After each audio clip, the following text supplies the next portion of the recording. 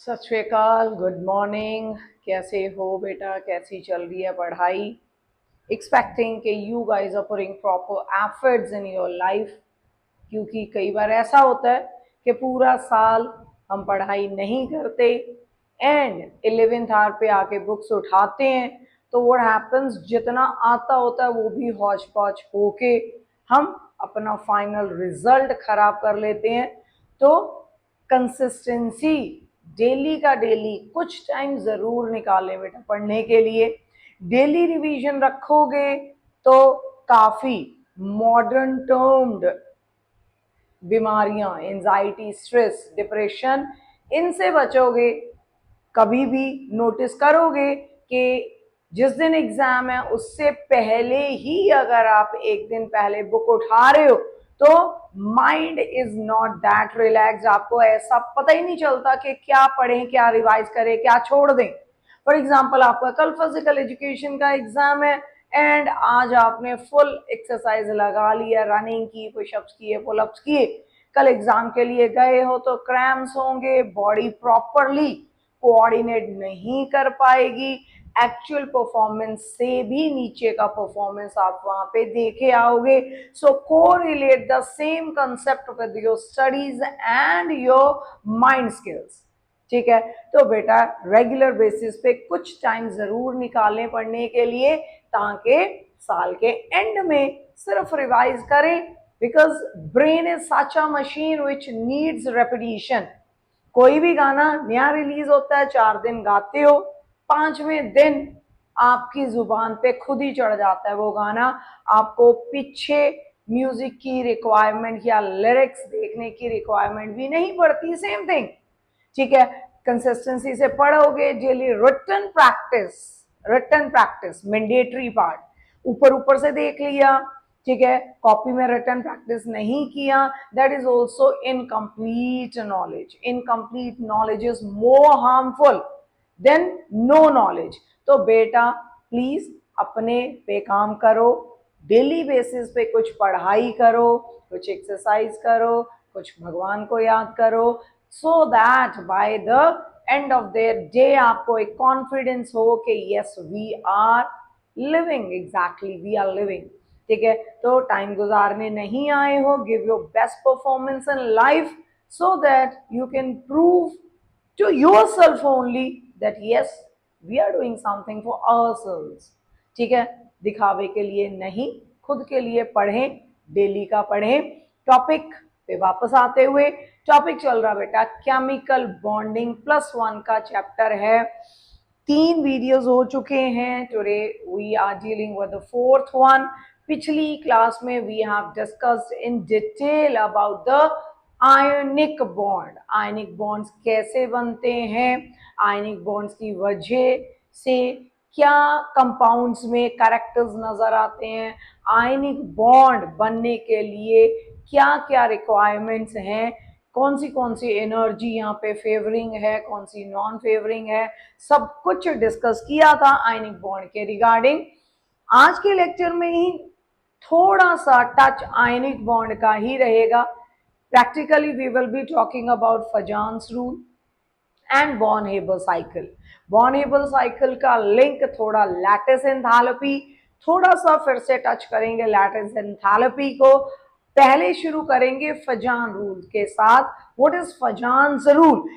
फजान्स rule कहते हैं अगर आपको कोई कंपाउंड देखने में आयोनिक लग रहा है, मतलब मेटल एंड नॉन मेटल की कॉम्बिनेशन से अगर आपके पास कोई भी कंपाउंड बना है बेटा, तो वो 100% आयोनिक नहीं होगा, उसमें कुछ प्रतिशत, कुछ परसेंट कोवलेंट कैरेक्टर भी होगा। अब यहाँ पे कोवलेंट कैरेक्टर कितना होगा ये कैसे पता चलेगा? वी कैन जज कि ये कंपाउंड कितने परसेंट आयनिक नेचर का है या कोवलेंट नेचर इसमें कितना है, वो चीज हम कैसे प्रेडिक्ट करेंगे, ये चीजें हमें बताई फजान जी ने। So through फजान्स rule let's talk about what exactly फजान्स rule is. फजान्स rule क्या बताता है हमें कि किसी भी आयोनिक कंपाउंड के अंदर, किसी भी आयनिक कंपाउंड के अंदर covalent character is also present. Covalent character is also present. हमें भी पता है ionic bond they are formed by complete transference of electrons. Complete transference of electrons. कैसे बनते हैं हमारे ionic compounds? They are formed by complete transference of electrons from metal to a non metal. ठीक है, कैटाइंस एंड एनाइंस की formation होती है, electrostatic force exist करती है ऑपोजिटली चार्ज आयंस में, ये हमने डिटेल डिस्कशन कर चुके हैं हम। Now what about covalent bond? Covalent bond कैसे बनता है बेटा जी? Covalent bond is formed by sharing of electron. Covalent bond की फॉर्मेशन होती है बाय शेयरिंग ऑफ इलेक्ट्रॉन्स। ठीक है, एक इलेक्ट्रॉन एक एटम देगा, दूसरा इलेक्ट्रॉन दूसरा एटम देगा, तो यहाँ पे ऑक्टेट कंप्लीट करने के चक्कर में शेयरिंग होती है। यहाँ पे ऑक्टेट कंप्लीट करने के चक्कर में एक एटम अपना इलेक्ट्रॉन दूसरे एटम को कंप्लीटली दे देता है। ठीक है, तो आयनिक कंपाउंड, इनका मानना है कि कोई भी आयनिक कंपाउंड 100% आयोनिक नहीं होता, उसमें कुछ परसेंट आयोनिक कैरेक्टर भी पड़ा होता है।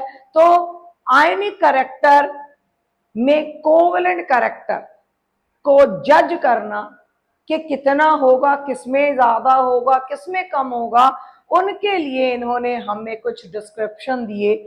वो क्या डिस्क्रिप्शन है बेटा? हमारा जो आयनिक बॉन्ड बनता है वो मेटल एंड नॉन मेटल के बीच में बनता है। अब metals they are having a nature of losing the electron and convert into what? Cations। metals की टेंडेंसी है इलेक्ट्रॉन को लूज करके पॉजिटिवली चार्ज आयन में कन्वर्ट होने की। नॉन मेटल्स की टेंडेंसी है इलेक्ट्रॉन को गेन करके किसमें कन्वर्ट होने की? नॉन मेटल किसमें कन्वर्ट हो जाते हैं? They convert into anions. ठीक है, दे कन्वर्ट इनटू एनाइंस। अब यहीं से कुछ आगे डिस्कशन उठाते हैं। बेटा हमारे पास opposite charges they attract each other, we know that. ठीक है, अब मैं कैटायन में अगर जाऊं, मेरे पास एक ऐसा कैटायन अगर मैंने ले लिया, वो कैटायन जिसके ऊपर पॉजिटिव चार्ज बढ़ाते जाएं, अगर ऐसा कैटायन जिसपे पॉजिटिव चार्ज अगर बढ़ता जाए, for example 1 unit positive charge है, let us consider sodium is having 1 unit of positive charge. उसके बाद मेरे पास है किसी पे 2 unit of positive charge, let's pick up magnesium for it. Let's talk about metal which is carrying 3 units of positive charge, let's pick up aluminium 3 positive for that. तो जैसे जैसे अकॉर्डिंग टू मिस्टर फजान, जैसे जैसे किसी भी cation पे positive charge बढ़ता है तो उन कैटायंस की पोलराइजिंग पावर, क्या चीज? Polarising power. नई टर्म्स हैं, प्लीज लर्न करें। कौन सी पावर? पोलराइजिंग पावर बढ़ती है। पोलराइजिंग पावर, पावर मैंने ताकत, पोलराइज करने की ताकत बढ़ती है जिस भी कैटायन के ऊपर चार्ज इंक्रीज या ज्यादा होता है। जिस कैटायन पे चार्ज पॉजिटिव ज्यादा, उसकी पोलराइजिंग पावर ज्यादा होगी। अब पोलराइजिंग पावर डिस्कस करते हैं अभी क्या होगी, उधर चलते हैं। अब एनाइंस में, फॉर एग्जांपल मैंने एनाइन लिया, if I have taken let it be F negative, ठीक है, then I have taken that is O2 negative, if I have taken N3 negative, ठीक है, तो यहां पे नेगेटिव चार्ज बढ़ रहा है। नेगेटिव चार्ज बढ़ने से होगा क्या? How anions they are being formed? They are formed by gain of electrons. Gain of electron से क्या होगा? इलेक्ट्रॉन्स का काउंट बढ़ेगा। किसी भी एटम के पास फ्लोरीन है, एटॉमिक नंबर कितना है बेटा 9। एक एटम के पास 3 चीजें बराबर होती हैं, जितना इसका एटॉमिक नंबर है, जितना इसका एटॉमिक नंबर है बेटा, इतने ही इसके पास कौन होंगे इलेक्ट्रॉन्स, एंड इतने ही इसके पास कौन होंगे protons. If its atomic number is 9, it will be having 9 electrons and so as the number of protons. अब प्रोटॉन्स कहां पे पड़े हुए हैं बेटा जी, प्रोटॉन्स पड़े हुए हैं हमारे पास न्यूक्लियस के अंदर। इसका मतलब न्यूक्लियस के अंदर 9 पॉजिटिव यूनिट्स पड़े हुए हैं, दैट इज प्रोटॉन्स। ठीक है, अगर ये भी मान के चलें कि एक प्रोटॉन एक इलेक्ट्रॉन को अपनी तरफ को खींच रहा है, इलेक्ट्रॉन्स कहां पे पड़े हुए हैं, they are lying in particular orbits outside the atom, nucleus के बाहर। ठीक है, एक प्रोटॉन अगर एक इलेक्ट्रॉन को अपनी तरफ खींच रहा है तो ऐसे क्या 9 प्रोटॉन 9 इलेक्ट्रॉन्स को अपनी तरफ एफिशिएंटली अट्रैक्ट करेंगे। अब मेरे पास F नेगेटिव में इलेक्ट्रॉन्स कितने हो जाएंगे, आफ्टर गेनिंग 1 इलेक्ट्रॉन्स, इलेक्ट्रॉन का काउंट कितना हो गया यहाँ पे 10। ठीक है, एक प्रोटॉन एक इलेक्ट्रॉन को एफिशिएंटली खींच रहा था, अब क्या है पॉजिटिव चार्ज तो 9 यूनिट ही है, इसको कितने इलेक्ट्रॉन्स को अपनी तरफ को अट्रैक्ट करना है, this nucleus has to attract 10 electrons towards itself, 10 electrons को अपनी तरफ खींचना है। इसका मतलब यहाँ पे न्यूक्लियर पुल क्या हो गया, न्यूक्लियर पुल, न्यूक्लियस की खींचने की टेंडेंसी क्या हो जाएगी, डिक्रीज हो जाएगी। ठीक है, न्यूक्लियस को खींचने की टेंडेंसी, इलेक्ट्रॉन्स को अपनी तरफ को अट्रैक्ट करने की टेंडेंसी, यानी कि न्यूक्लियर पुल यहाँ पे क्या हो गया, कम हो गया। जैसे जैसे नेगेटिव चार्ज बढ़ रहा है वैसे वैसे आपके एनायन का साइज, न्यूक्लियर पुल कम होने की वजह से साइज क्या होता जाएगा, बढ़ता जाएगा। मींस आउटरमोस्ट शेल का इलेक्ट्रॉन अपने न्यूक्लियस से ज्यादा डिस्टेंस पे हो जाएगा, उसका अपने न्यूक्लियस के प्रति अट्रैक्शन क्या होता जाएगा, कम होता जाएगा।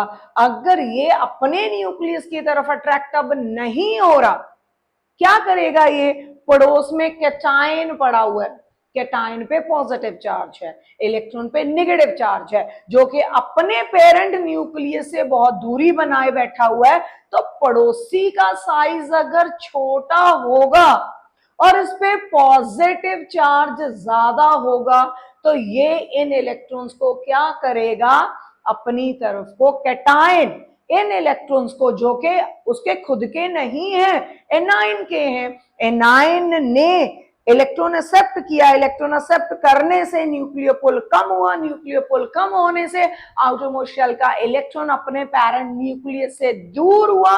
अगर पड़ोस में यहाँ पे आ गया कैटायन, कैटायन का साइज छोटा होता है, कैटायन का साइज अपने पेरेंट एटम से भी छोटा होता है, इसके पास एक शेल तकरीबन कम होती है, तो इसका न्यूक्लियर पुल क्या होगा बेटा, कैटायन का ज्यादा, इसका न्यूक्लियर पुल ज्यादा, इसका न्यूक्लियर पुल कम, तो इसके जो आउटरमोस्ट शेल के इलेक्ट्रॉन्स हैं वो कैटायन अपनी तरफ को अट्रैक्ट करेगा।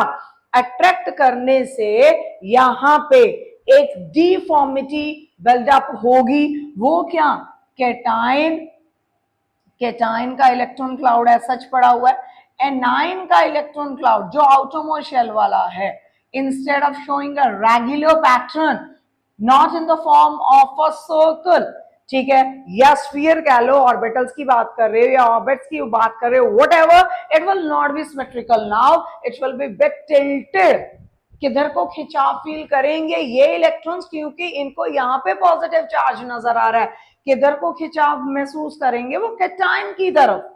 ठीक है, तो इसकी वजह से इसकी होती है जी पोलराइजिंग पावर, इसमें कितनी ताकत है पड़ोसी के इलेक्ट्रॉन्स को अपनी तरफ को अट्रैक्ट करने की कैटायन की, that is polarising power. And anion क्या हो रहा है, यहाँ पे पोलराइज हो रहा है। ठीक है, वो इधर पॉजिटिव चार्ज देख रहे हैं तो वो पोलराइज हो रहा है, तो इसकी हो रही है जी पोलराइजेबिलिटी,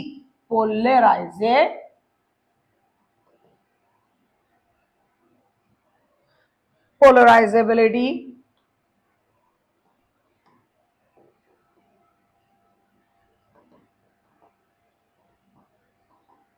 पोलराइजेबिलिटी होती है एनाइंस की एंड पोलराइजिंग पावर होती है कैटाइन की। ठीक है, समझ आया क्यों? कैटाइन का साइज अपने पेरेंट एटम से छोटा रहता है, न्यूक्लियर पुल ज्यादा होगा। एनाइन का साइज थोड़ा बड़ा हो जाता है, मैं नहीं कहूंगी शेल बढ़ जाती है, no that will be wrong.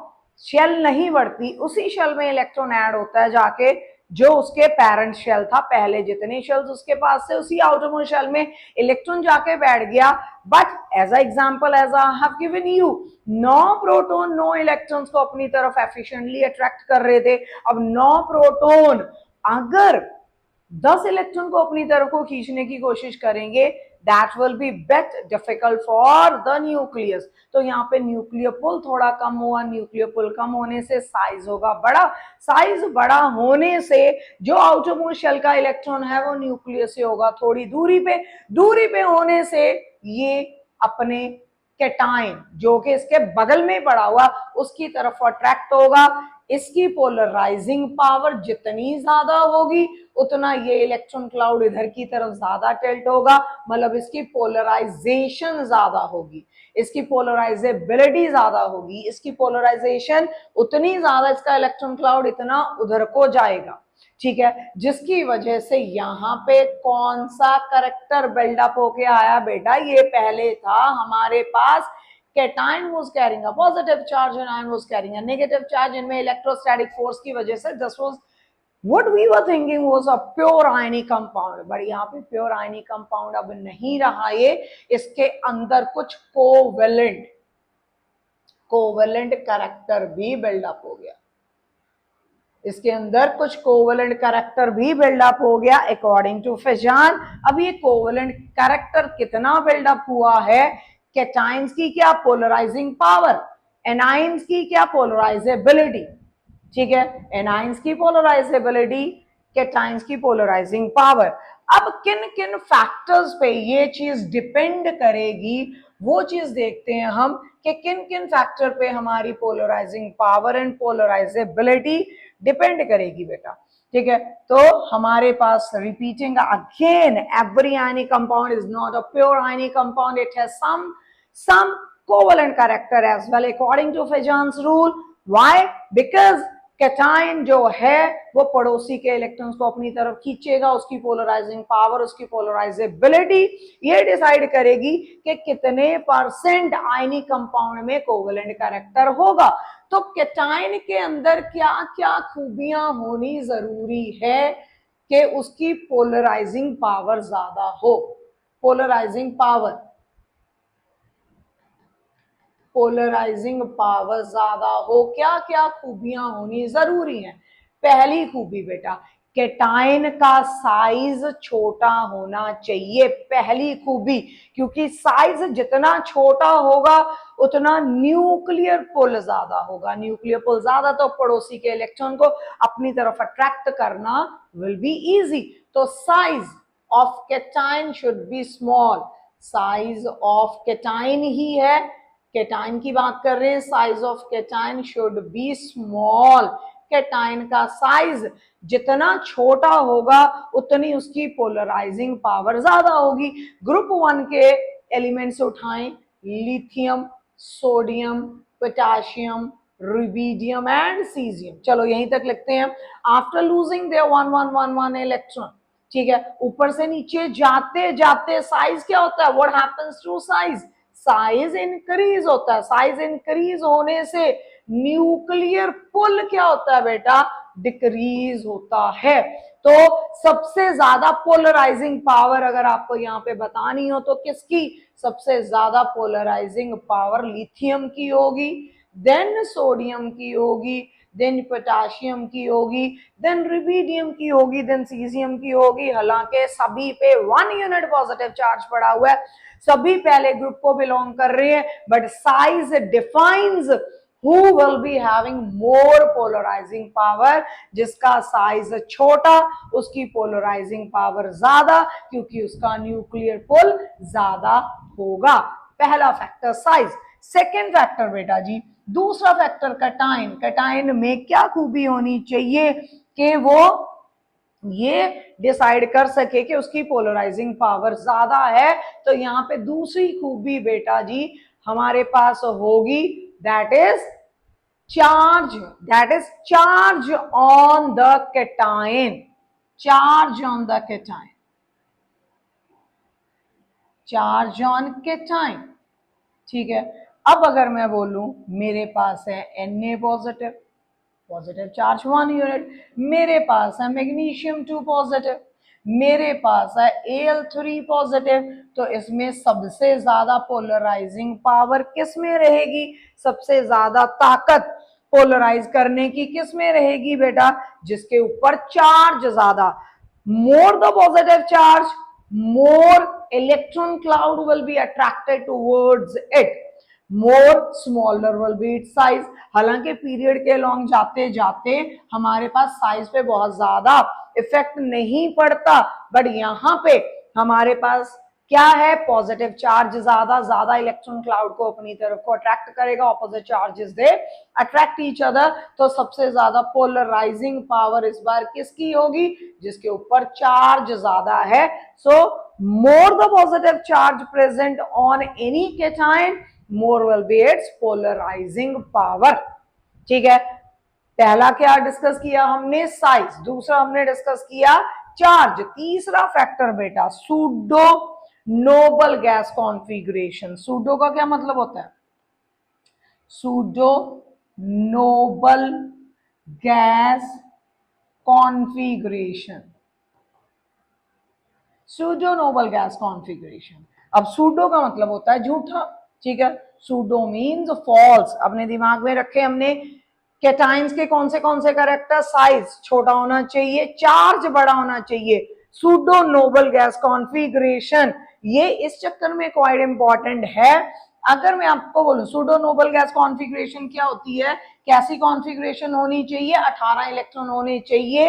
अगर किसी भी एटम के पास आउटरमोस्ट शेल में 18 इलेक्ट्रॉन पड़े हैं, ठीक है, तो हमारे पास उसको pseudo noble gas electronic configuration की कैटेगरी दी जाती है। That means it should be NS2, NP2 and NP6, NS2, NP6 and ND10. It's not N-1, it's ND10। जैसे कि मैं बोलूं it's 3s2, it should be 3p6, it should be 3d10 itself। ठीक है, इसको बोला जाता है सूडो नोबल गैस कॉन्फ़िगरेशन। यहां से जो क्वेश्चन अराइज होंगे, इधर ही लिखती हूं, कौन सा केटाइन, कौन से केटाइन इस कैटेगरी में आते हैं। एक तो हमारे कॉइनेज मेटल्स आएंगे, कॉइनेज मेटल्स यानी कि copper positive is much more as compared to that of copper 2 positive showing pseudo noble gas configuration। तो ये ज्यादा स्ट्रॉन्ग केटाइन एक्ट करेगा as compare to copper 2 positive. ठीक है, ये ज्यादा स्ट्रॉन्ग एक्ट करेगा एज कंपेयर टू, क्योंकि इसकी सूडो नोबल गैस कॉन्फ़िगरेशन है कॉपर पॉजिटिव। ठीक है, then is silver Ag positive, coinage metals I am repeating Au positive. अगर यहाँ पे मैं क्वेश्चन कंपेयर करूं, अगर मैं बोलूं NaCl एंड दूसरा AgCl, दूसरा है AgCl, NaCl एंड AgCl में से इनमें से ज्यादा स्ट्रॉन्ग कैटाइन जिसकी पोलराइजिंग पावर ज्यादा हो, ज्यादा पोलराइजिंग पावर वाला कैटाइन सोडियम है कि सिल्वर है, तो वो होगा जी सिल्वर। इसका मतलब जो सिल्वर क्लोराइड है उसके अंदर ज्यादा कोवेलेंट कैरेक्टर होगा, किसके अंदर, सिल्वर क्लोराइड के अंदर ज्यादा कोवेलेंट कैरेक्टर होगा as compare to that of sodium chloride. ठीक है, क्योंकि ये ज्यादा स्ट्रॉन्ग कैटाइन का रोल प्ले कर रहा है, इसकी पोलराइजिंग पावर ज्यादा है। कौन से सूडो नोबल गैस कॉन्फ़िगरेशन, किसमें, coinage metals, copper positive, silver positive, gold positive. And इनके पड़ोसी मतलब इनसे एक पहले ग्रुप में पड़े हुए हमारे पास Zn, इससे अगले वाले में सॉरी, ठीक है, पड़ोसी हैं बट अगले वाले पड़ोसी zinc, cadmium and mercury with 2 positive charge। ठीक है। सो ये वाले हमारे पास metals they are transition metals, ठीक है। तो हमारे ज् Zn2 पॉजिटिव का पोलराइजिंग पावर, कैडमियम 2 पॉजिटिव का पोलराइजिंग पावर, मरकरी 2 पॉजिटिव का पोलराइजिंग पावर ज्यादा होगा एज कंपेयर टू, अगर मैं इसी का कंपैरिजन मैग्नीशियम के साथ कर दूं, वो भी Mg2 पॉजिटिव है, तो ज्यादा पोलराइजिंग पावर जिंक, कैडमियम या मरकरी की होगी, not the metal which is carrying a same amount of positive charge, ठीक है। तो यहां पे ये एक्सेप्शन है बेटा जी। तो एक्सेप्शन जो होती है वो वैसे ही बहुत इंपॉर्टेंट होती है। तो ये मेटल्स आपने याद रखने हैं। एमसीक्यू में आ गया, इनमें कंपैरिजन एमसीक्यू में आ गया हमारे पास MgCl2 या ZnCl2 में कंपैरिजन, ज्यादा कोवेलेंट कैरेक्टर किसमें होगा, इनमें, इनमें, इनको आप साइड में रखोगे फिर उस टाइम पे, ठीक है। तो 3 फैक्टर्स हमने यहाँ पे डिस्कस किए जो पोलराइजिंग पावर बढ़ाते हैं। कैटाइन की पोलराइजिंग पावर बढ़ने से कोवेलेंट कैरेक्टर बढ़ेगा, ठीक है। पोलराइजिंग पावर बढ़ने से कोवेलेंट कैरेक्टर बढ़ेगा। कौन से वो 3 फैक्टर हैं? चार्ज जो है कैटाइन पे ज्यादा होगा तो कोवेलेंट कैरेक्टर ज्यादा होगा क्योंकि पोलराइजिंग पावर ज्यादा होगी। दूसरा बेटा, कैटाइन का साइज जितना छोटा होगा, कैटाइन का साइज छोटा होगा, पोलराइजिंग पावर ज्यादा होगी, कोवेलेंट कैरेक्टर ज्यादा होगा। तीसरा, सूडो नोबल गैस कॉन्फ़िगरेशन में यहाँ पे आ जाते हैं। तो हमारे पास ये मेटल्स आपने माइंड में रखने हैं ताकि आपको पता हो कि कोई भी वहां पे ट्रिकी क्वेश्चन बिल्डअप हो रहा है तो आपको सीक्वेंस क्या डिसाइड करना है। They increases the polarizing power, by increasing polarizing power they increase the covalent character of the compound in a ionic bond, ठीक है। तो ये हमारे कैटाइंस की खूबियां होगी बेटा। अब एनाइंस में चलते हैं कि एनाइंस, ये पोलराइजिंग पावर डिस्कस हुई है हमारी, we have discussed about cations की पोलराइजिंग पावर। अब अगर एनाइंस पे चले, एनाइंस की होती है पोलराइजेबिलिटी, एनाइंस की पोलराइजेबिलिटी,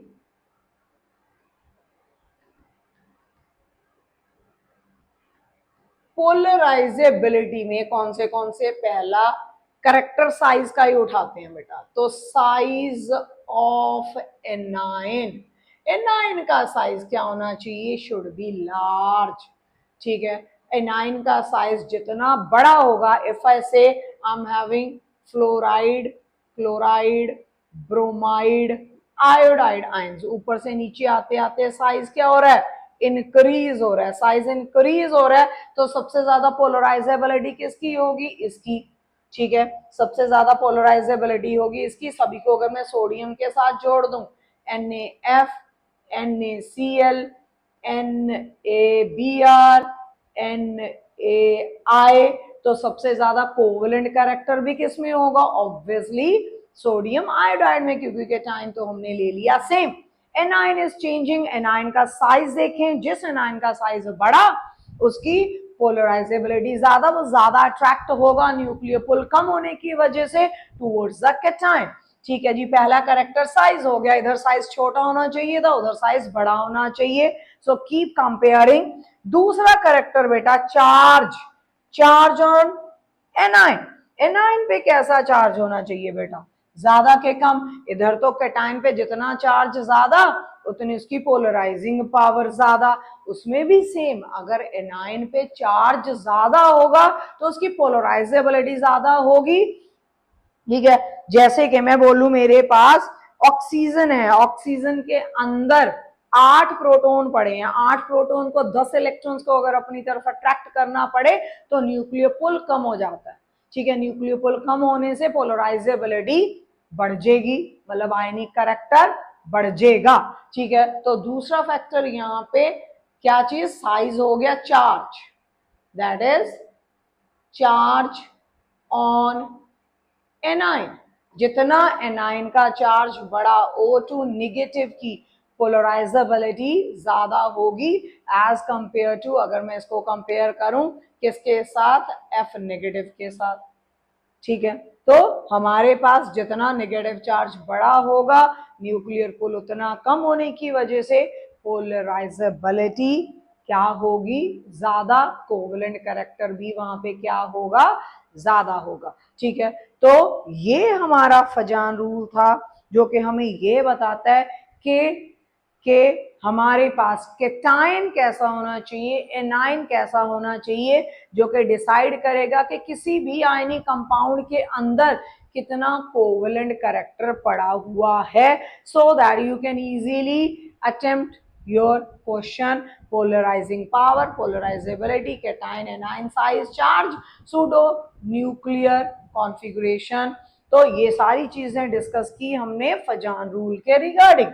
फजान रूल खत्म करने के बाद बेटा अगला हमारा टॉपिक क्या था, we were to discuss about क्या, दैट इज बॉर्न-हेबर साइकिल। ठीक है, बॉर्न-हेबर साइकिल हमें क्या बताएगा, हमें बताएगा कि जब हमारा आयोनिक कंपाउंड बना, जब भी हमारा आयोनिक कंपाउंड बना, बॉर्न-हेबर साइकिल हमें बताएगा कि जब भी हमारा आयनिक कंपाउंड बना तो उस टाइम उसमें से कितनी एनर्जी रिलीज हुई, मतलब कि हमारा जो आयोनिक कंपाउंड है वो कितना स्टेबल है। ठीक है, वो कितना स्टेबल है, क्योंकि स्टेबिलिटी कौन डिफाइन करता है, एनर्जी। एनर्जी मतलब कैसे, lower the energy more is the stability. तो कितनी एनर्जी वहां से रिलीज हुई जब आपने मेटल को नॉन मेटल के साथ जोड़ा, आपके पास एक आयनिक कंपाउंड बना, उस आयनिक कंपाउंड की फॉर्मेशन कैसे हुई, कौन से स्टेप्स हुए, किस स्टेप ने एनर्जी एब्जॉर्ब की, किस में से एनर्जी रिलीज हुई, रिलीज एनर्जी की वैल्यू ज्यादा आ जाएगी, क्योंकि ये तो स्टेप्स पे डिपेंड करता है। ठीक है, क्या क्या स्टेप्स आएंगे बॉर्न-हेबर साइकिल में वो डिस्कस करते हैं। अब हमारा बॉर्न-हेबर साइकिल, हमें क्या चाहिए, यानी कंपाउंड स्टेबल बनाने के लिए उसका एनर्जी लेवल क्या चाहिए, कम। ठीक है, तो पहले डिस्कस करते हैं enthalpy of formation. What is enthalpy of formation? Enthalpy of formation होता है कि जब आपने कोई भी कंपाउंड बनाया उसके अंदर कितना एनर्जी चेंज हुआ बॉर्न-हेबर साइकिल के साथ डील करते हुए। This is enthalpy. एंथैल्पी का easy version is energy. Enthalpy of formation, पैर में एफ। ठीक है, enthalpy of formation, for example you are making NaCl by using what, एक मोल NaCl किस किस के कॉम्बिनेशन से बना बेटा, सोडियम के कॉम्बिनेशन से। सोडियम ज्यादातर आपको सॉलिड स्टेट में नजर आता है, plus chlorine is yellowish green gas.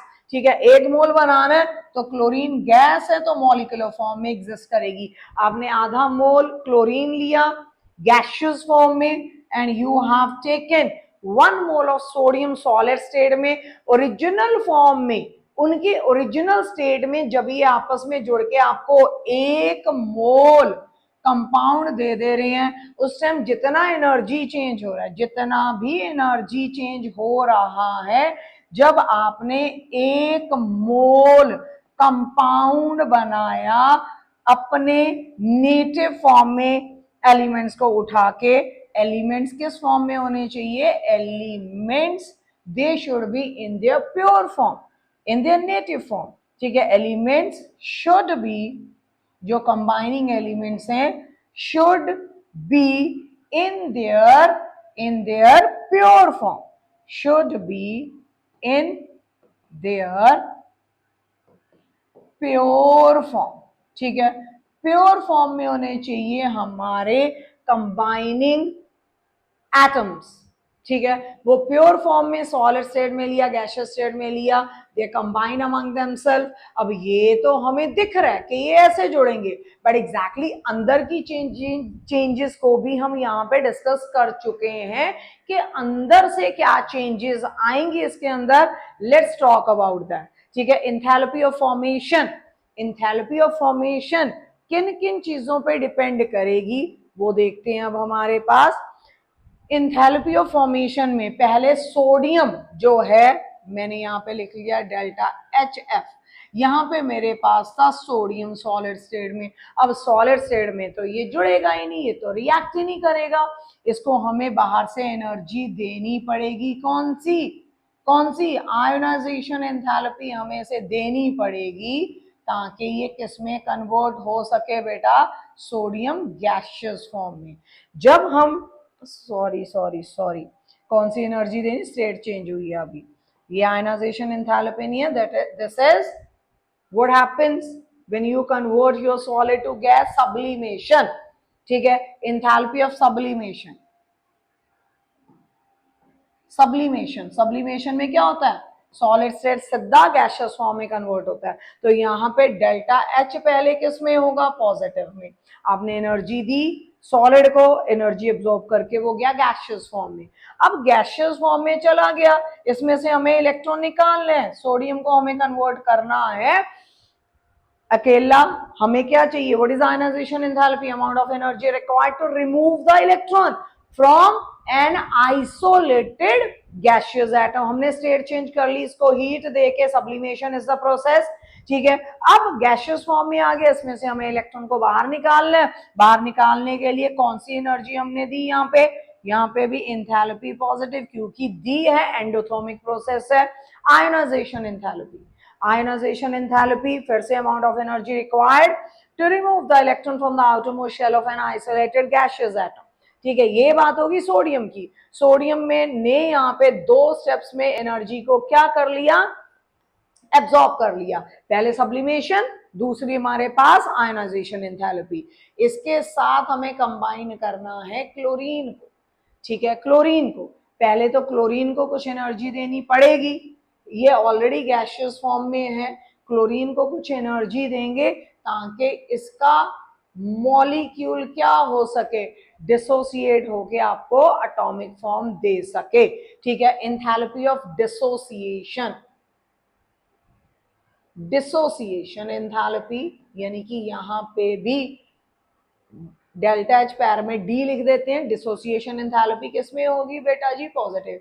ये भी हमने दी है अभी, मींस आपका जो सोडियम एंड क्लोरीन है अभी तक एनर्जी को एब्जॉर्ब ही कर रहा है, मतलब उसकी एनर्जी बढ़ रही है अभी तक। सिस्टम एक कंटेनर में आपने 2 चीजें रखी हुई हैं, सोडियम, साथ में आपने रखा हुआ है क्लोरीन। ठीक है, आपस में रिएक्ट करवा के आपने इसको किसमें कन्वर्ट करना है, 1 मोल आपको NaCl बनाना है। अभी तक जितने भी स्टेप नंबर 1 2 3 जितने भी स्टेप हमने डिस्कस किए, तीनों स्टेप्स में एनर्जी एब्जॉर्ब हुई है।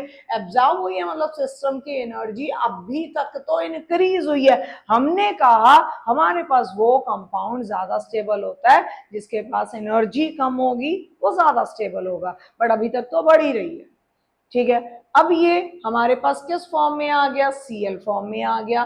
किस फॉर्म, इसका स्टेट क्या है, गैसियस फॉर्म। अब बेटा यहाँ पे कौन सी energy, electron gain enthalpy, energy change when an electron is added to the outermost shell of an isolated gaseous atom. यहाँ पे इजीली एक्सेप्ट करेगा तो ये नेगेटिव में होगी बेटा, वाओ गुड इनफ।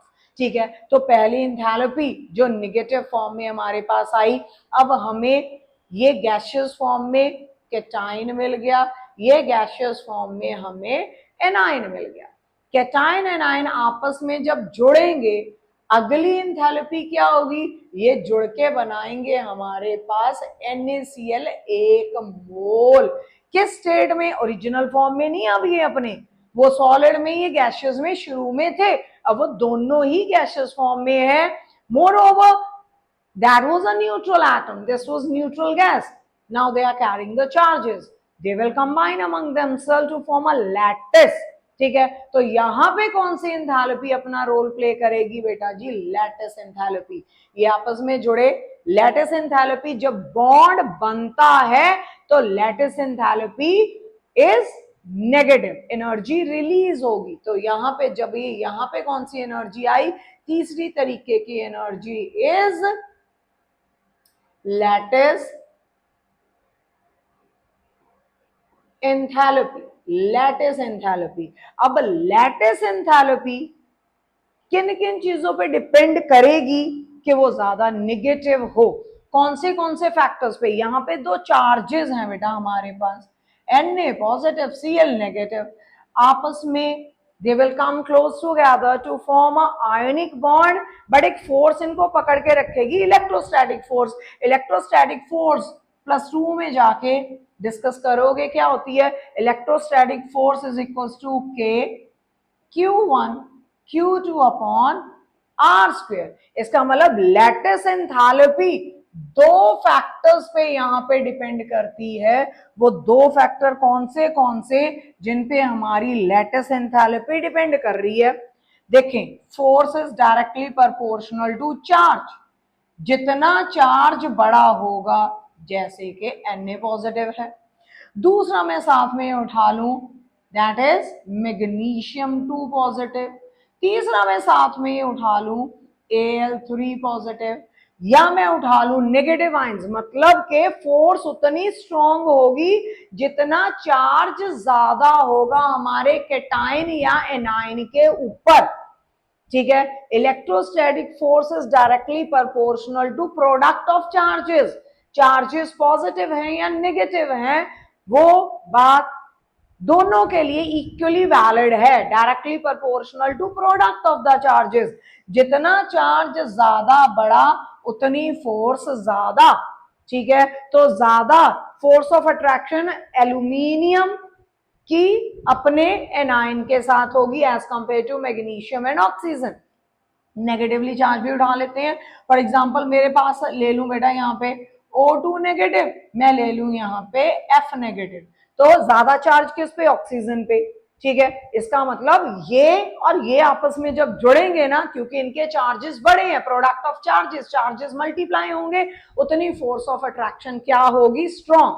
ठीक है, फोर्स ऑफ अट्रैक्शन स्ट्रॉन्ग के लिए चार्जेस क्या होने चाहिए, बड़े, उतनी लैटिस एंथैल्पी ज्यादा किसमें होगी, negative. Negative enthalpy is favouring a stable ionic compound.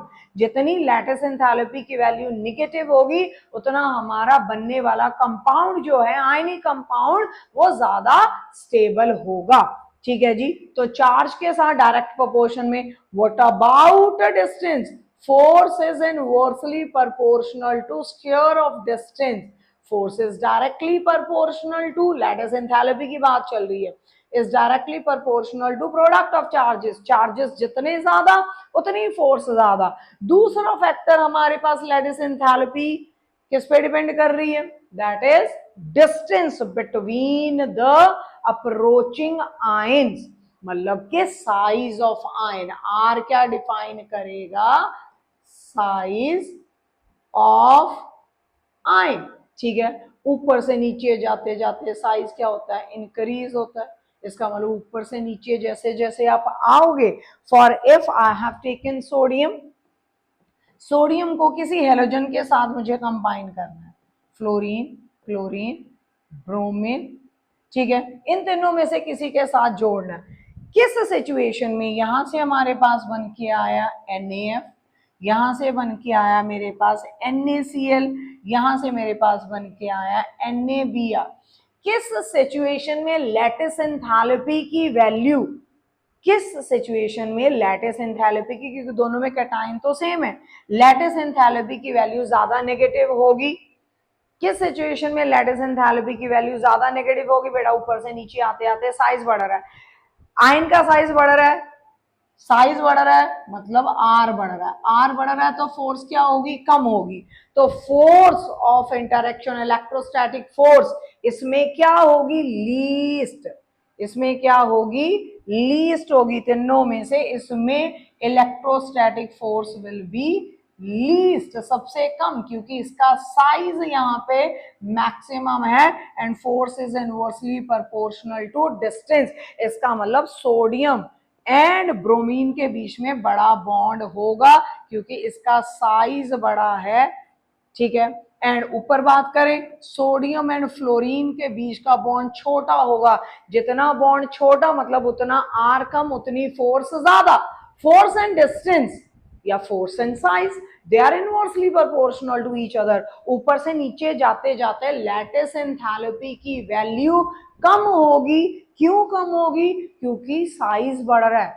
Force directly proportional to product of charges, force inversely proportional to size of यानी कि आर ऑफ आयन। किसी भी ग्रुप में ऊपर से नीचे मूव करेंगे एटम का साइज बढ़ रहा है and so is the size of the ion. समझे? अगर हमें लैटिस एंथैल्पी की वैल्यू ज्यादा नेगेटिव चाहिए तो चार्ज बड़ा होना चाहिए। चार्ज चाहे पॉजिटिव है चाहे नेगेटिव है, जितना बड़ा होगा उतनी फोर्स क्या होगी, वो भी बड़ी होगी। बट साइज क्या होना चाहिए बेटा जी आयंस का? छोटा होना चाहिए, because force is inversely proportional to size of ion, माने distance between the combining ions. ठीक है, तो हमारे पास जिन फैक्टर्स पे लैटिस एंथैल्पी डिपेंड कर रही है होगी वो नेगेटिव ही। जब हमारा एक मोल कंपाउंड आपको आयनिक कंपाउंड बन के मिलेगा, वहां से एनर्जी रिलीज होगी, बट किसमें ज्यादा होगी किसमें कम होगी वो डिफाइन करेगा charge and size of the ion. ठीक है, तो ये एंथैल्पी हमारे पास लैटिस एंथैल्पी भी क्या, नेगेटिव। ठीक है, ये चीजें हमने ब्रीफ आउट अगर यहां से की, ये चीजें हमने ब्रीफ आउट यहां से की। कौन से? Enthalpy of formation. Enthalpy of formation किन किन चीजों पे डिपेंड कर रहा है बेटा यहाँ पे? एंथैल्पी ऑफ फॉर्मेशन सोडियम में दो एंथैल्पीज आई, सब्लिमेशन आयोनाइजेशन एंथैल्पी। क्लोरीन में डिसोसिएशन के साथ इलेक्ट्रॉन गेन एंथैल्पी। तीसरी एंथैल्पी यहाँ पे होगी लैटिस एंथैल्पी। लैटिस एंथैल्पी दो फैक्टर्स पे डिपेंड करती है, कितनी होगी नेगेटिव ही, क्योंकि बॉन्ड बन रहा है, क्योंकि जब बॉन्ड टूटेगा तो वो एंडोथर्मिक प्रोसेस हो जाएगा, आपको एनर्जी देनी पड़ेगी। तो यहाँ पे क्योंकि अभी बनाने की बात कर रहे हैं तो लैटिस एंथैल्पी को नेगेटिव में कंसिडर करके ही चले। ठीक है, तो बेटा यहाँ पे हमारे पास सभी एनर्जीज को ऐड कर दोगे तो टोटल एनर्जी निकल के हमारे सामने आएगी। सारी एनर्जीज को ऐड कर दोगे मतलब कौन सी एनर्जी? स्टेप 1 हमारे पास कौन सी एनर्जी थी? That is sublimation. ठीक है, एनर्जी सब्लिमेशन एंथैल्पी जो कि एंडोथर्मिक थी। मैं पॉजिटिव में लिख के यहाँ पे सब्लिमेशन लिख देती हूँ। साथ में हमारे पास आयोनाइजेशन एंथैल्पी थी, वो भी किस में थी? पॉजिटिव में थी हमारी। कौन सी? Ionisation enthalpy. ठीक है, और क्या ऐड किया हमने इसके अंदर? डिसोसिएशन एंथैल्पी भी हमारी पॉजिटिव में थी, डिसोसिएशन एंथैल्पी। ठीक है, ये तीसरी एंथैल्पी होगी। अगली एंथैल्पी जो आपने ऐड करनी है दैट इज आयोनाइजेशन एंथैल्पी। ये एंथैल्पी नेगेटिव में होगी बट कभी पॉजिटिव में भी हो सकती है, अभी थोड़ी देर में डिस्कस करते हैं। ठीक है, ये ऐड ऑन कर ली। उसके बाद अगली एंथैल्पी जिसकी बात हमने यहाँ पे की वो कौन सी एंथैल्पी? नेगेटिव में। और कौन सी एंथैल्पी होगी हमारे पास? That is lattice enthalpy. तीसरी एंथैल्पी आप ऐड ऑन कर रहे हो, दैट इज लैटिस एंथैल्पी। ठीक है, यहां से आएगा आपके पास enthalpy of formation. Enthalpy of formation की वैल्यू डेल्टा एच एफ, इसकी वैल्यू जितनी नेगेटिव होगी मतलब जितनी हमारे पास क्या होगी, नेगेटिव आंसर यहां से आएगा, उतना आयनिक कंपाउंड जो आपका बनेगा वो ज्यादा स्टेबल होगा क्योंकि उसके पास एनर्जी कम होगी। So for a compound, ionic compound to be stable, you should know these steps which are covered under Born-Haber cycle। सभी एंथैल्पीज को ऐड करके एंथैल्पी ऑफ फॉर्मेशन क्या होनी चाहिए? should be exothermic। if it is exothermic your compound will be more stable because energy उसमें से निकल चुकी है। मतलब इन स्टेप्स की एनर्जी अगर इन 3 स्टेप्स से बड़ी आ रही है नेगेटिव में, the whole process will come out to be negative. ठीक है जी, ये हो गया। अगर मैं यहाँ पे बोलूं मुझे सोडियम ऑक्साइड बनाना है दैट इज Na2O, तो कौन सी एंथैल्पीज किस किस के कॉम्बिनेशन से बना है? ये sodium solid state plus oxygen है यहाँ पे, किस फॉर्म में? गैसियस फॉर्म में। पहले इसको क्या करोगे? सब्लिमेशन एंथैल्पी पहली है, सच है, सब्लिमेशन एंथैल्पी। दूसरी एंथैल्पी आयनाइजेशन एंथैल्पी जो कि इसको किस में कन्वर्ट करके देगा बेटा? आपको इस फॉर्म में कन्वर्ट करके देगा। ठीक है, यहाँ पे आ गया ये डिसोसिएशन एंथैल्पी, पॉजिटिव इसकी। ठीक है जी, उसके बाद हमारे ऑक्सीजन ने कितने इलेक्ट्रॉन्स गेन करने होते हैं, इलेक्ट्रॉन गेन एंथैल्पी, कितने इलेक्ट्रॉन गेन करता है ऑक्सीजन, 2। ऑक्सीजन ने पहले एक इलेक्ट्रॉन गेन किया, वो लिखवा द नेगेटिव चार्ज, यहाँ पे इलेक्ट्रॉन गेन एंथैल्पी की वैल्यू नेगेटिव में होगी फॉर श्योर, ठीक है। दूसरा इलेक्ट्रॉन जब गेन करेगा ये नेगेटिव चार्ज उसमें इंटरफियर करेगा, similar charges they repel each other. तो सेकेंड आयनाइजेशन, ये फर्स्ट की बात है, सेकेंड आयनाइजेशन एंथैल्पी की जो वैल्यू होगी बेटा वो भी पॉजिटिव में होगी। अब एनर्जी का एक स्टेप यहां से 2 में कन्वर्ट हो चुका है, पहला स्टेप नेगेटिव, दूसरा स्टेप पॉजिटिव, ठीक है। इस स्टेप में ये 2 स्टेप्स बाइफर्केट होके आएंगे, क्योंकि ionization enthalpy, sorry electron gain enthalpy, electron gain enthalpy, यहाँ पे इलेक्ट्रॉन गेन एंथैल्पी आना चाहिए था, इलेक्ट्रॉन गेन एंथैल्पी स्प्लिट हो चुकी है 2 पार्ट्स में, इलेक्ट्रॉन गेन एंथैल्पी 2 पार्ट्स में स्प्लिट हो चुकी है। इलेक्ट्रॉन गेन एंथैल्पी, पहला इलेक्ट्रॉन इजीली ले लेगा, electron gain enthalpy step 1 will be negative, electron gain enthalpy step 2 will be positive, क्योंकि जब वो दूसरा इलेक्ट्रॉन गेन करेगा उस इलेक्ट्रॉन को नेगेटिवली चार्ज आयन में एंटर होने में दिक्कत आएगी, हम बाहर से इलेक्ट्रॉन को एनर्जी देंगे ताकि वो इजीली अंदर घुस सके, ठीक है। तो यहाँ पे क्या आना था, इलेक्ट्रॉन गेन एंथैल्पी के 2 स्टेप्स यहाँ पे आ जाएंगे। फिर लैटिस एंथैल्पी की बात, लैटिस एंथैल्पी यहाँ पे चार्ज बढ़ा, चार्ज बढ़ा तो लैटिस एंथैल्पी की वैल्यू ज्यादा नेगेटिव हो जाएगी वहां पे, ठीक है। एंथैल्पी ऑफ फॉर्मेशन आपके सामने आएगी, यहाँ पे एंथैल्पी ऑफ फॉर्मेशन, अगर आपके पास ज्यादा एनर्जी रिलीज हो रही है तो कंपाउंड ज्यादा स्टेबल बनेगा। This is Born Haber cycle, सभी स्टेप्स की energy, don't intermix ionization enthalpy with the electron gain enthalpy, that is amount of energy required to remove the electron, this is energy changes when an electron is added to the outermost shell। Neutral में एक electron डालना, Cl को एक electron देना is pretty easy, ठीक है, but oxygen ने एक इलेक्ट्रॉन ले लिया, इसके अंदर एक और इलेक्ट्रॉन को ऐड करना that will B bit difficult. First step will be exothermic, the second will become endothermic, because you have to supply some energy to the electron so that it can easily get into the charged ion, into the charged ion। So this is your Born-Haber cycle बेटा। तो यहां से decide होता है कि कौन सा ionic compound easily बनेगा, कौन सा आयनिक कंपाउंड इजीली नहीं बनेगा। जिस आयनिक कंपाउंड के पास कम एनर्जी होगी वो स्टेबिलिटी ज्यादा दिखाएगा। So end of the lecture, expecting you people to revise it properly, again saying please be punctual, be disciplined with your studies to get a fruitful results। Thank you so much till second video।